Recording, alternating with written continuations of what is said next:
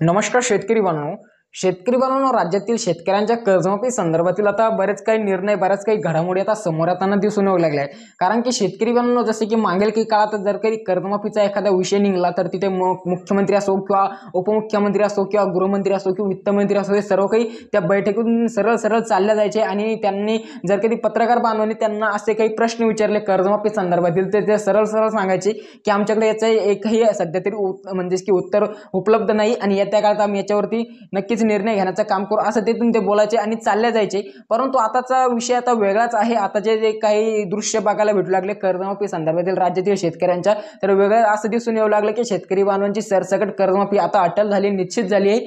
आणि कारण की शेतकरी आताच जे की मागील म्हणजेच की तुम्हाला सांगू शकतो, मागील 2 दिवसापूर्वी महाविकास आघाडीची जी आता सत्तेत नाही म्हणजे की उद्धव ठाकरे साहेब, त्याचबरोबर इतरही त्यांच्या मेंबर्सची एक महत्त्वाची मीटिंग, एक बैठक पार पडली आणि त्यांनी अशी घोषणा तिथून त्यांच्या माध्यमातून पत्रकारांशी बोलत असताना केली की आमचं जर कधी सरकार परत एकदा आता जर कधी महाराष्ट्रात निवडून आलं, सत्तेत आलं, तर आम्ही सर्वात मोठा जो महत्त्वाचा निर्णय घेऊ तो म्हणजे बळीराजाला सर्वतः कर्जमुक्त करू, आम्ही कर्जमुक्ती देऊ आणि मी सरसकट शेतकऱ्यांचा 7/12 कोरा करू. मागील जेवढं पण थकीत शेतकरी यांचा थकीत शेतकऱ्यांचा आम्ही सर्व काही कर्ज सरसकट माफ करू. आणि त्याचबरोबर आता तुम्हाला सांगू शकतो की जे सत्तेत आहे महायुतीचं सरकार, म्हणजेच की महाराष्ट्र राज्याचे गृहमंत्री तसेच वित्तमंत्री असो किंवा उपमुख्यमंत्री असो, अजितदादा पवार यांनी बोलत असताना असं की सांगितलं काल पत्रकार बांधवांशी की आमचं सरकार जे की कर्जमाफीसाठी कार्यरत आहे आणि आम्हीच जे की तुम्हाला सरसकट कर्जमाफी आता परत देऊ.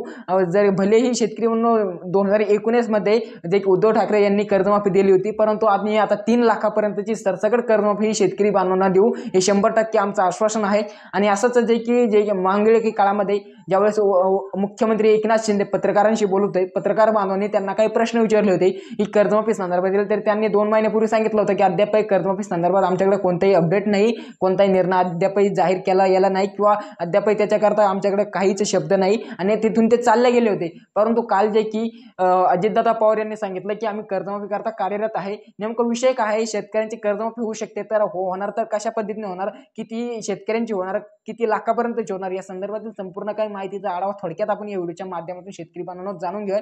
तत्पूर्वी आपण जाणून घ्या की राज्यात एकूण शेतकरी किती आहे ज्यांना कर्जमाफीची आवश्यकता किंवा ते कर्जबाजारी थकीत आहे, थकीत शेतकरी किती आहे, कर्जबाजारी शेतकरी किती आहे, हे सर्व काही आपण थोडक्यात या व्हिडिओच्या माध्यमातून जाणून घ्या. आणि तत्पूर्वी शेतकरी बांधवांनो, तुम्ही जर कधी आमच्या चॅनलवरती नवीन आले असाल तर पुढील असलेच माहितीपूर्ण व्हिडिओ पाहण्यासाठी आपल्या चॅनल मध्ये नक्कीच सबस्क्राईब करा. तर शेतकरी बांधवांनो, चला तर व्हिडिओला संपूर्ण काही एक्सप्लेन करून घ्या आणि जाणून घेऊया. तर शेतकरी बांधवांनो, तुम्हाला सांगू शकतो की राज्यात जवळपास एकूण जे की 153 लाख एवढे शेतकरी आहे ते कर्जबाजारी आहे. आता सध्या तरी 153 लाख शेतकरी कर्जबाजारी आहे. शेतकरी संख्या आणि शेती निगडीत त्यांनी कर्ज घेतले, जसे की व्यापारी बँका आणि जिल्हा मध्यवर्ती सहकारी बँकाकडून त्यांनी कर्ज घेतलेले आहेत. आणि जवळपास शेतकरी सन 2016 पासून ते 2020 पर्यंत असे बरेच काही शेतकरी त्यांनी कर्ज घेतलेले आहे. त्याचबरोबर तुम्हाला सांगतो, जे शेतकरी सन 2018 ते 19 या सलग या 4 वर्षात राज्यातील विविध भागात दुष्काळग्रस्त परिस्थिती निर्माण झाल्यामुळे बरेच काही शेतकरी बँकांना पूर्णतः ते कर्ज परतफेड करू शकले नाही, त्याच्यामुळे ते थकीत बनले.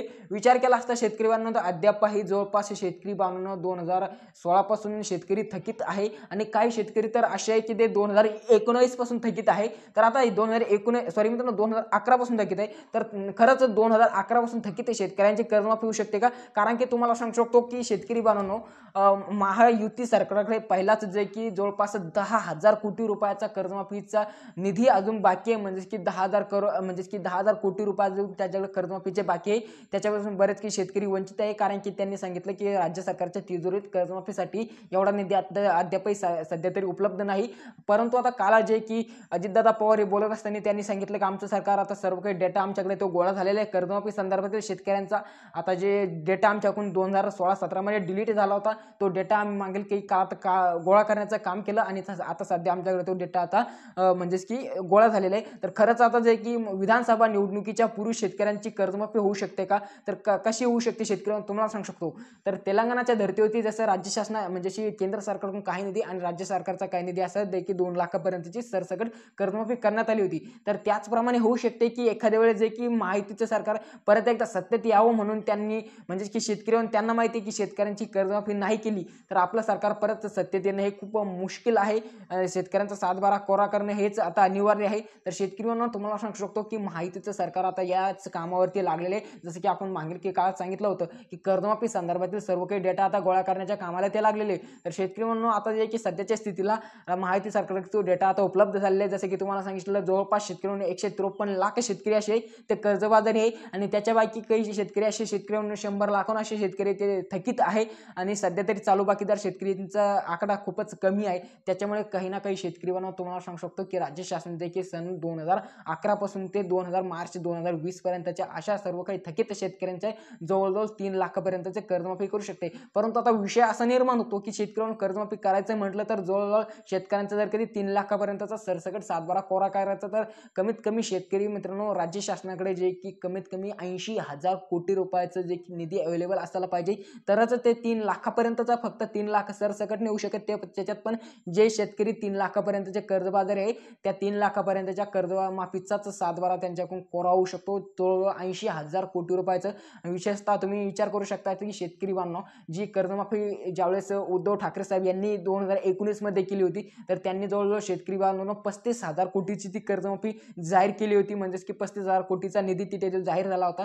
परंतु आता 3 लाखापर्यंतची कर्जमाफी करायची म्हटलं तर राज्य शासनाकडे जवळजवळ 80,000 कोटीचा प्लसचा निधी अवेलेबल असणे आता गरजेचं आहे. आणि जवळपास आणि असं शेतकरी म्हणून अर्थसंकल्पातील काही अधिकाऱ्यांचं म्हणणं असं आहे की आता राज्य शासनाकडे सध्या तरी कोणताही निधी एवढा अवेलेबल नाही जेणे की कर्जमाफी करू शकते. कारण की शेतकरी बांधवांनो जसं की मागील काही काळात मुख्यमंत्री माझी लाडकी बहिणी योजना आणली, तिची गरज नसताना ती योजना आणली. खास करून की येणाऱ्या आगामी विधानसभा निवडणुकीच्या पार्श्वभूमीवरती महिलांचे मतं कसे आपल्याकडे वळून घ्यायची या हिशोबाने त्यांनी ती योजना आणली.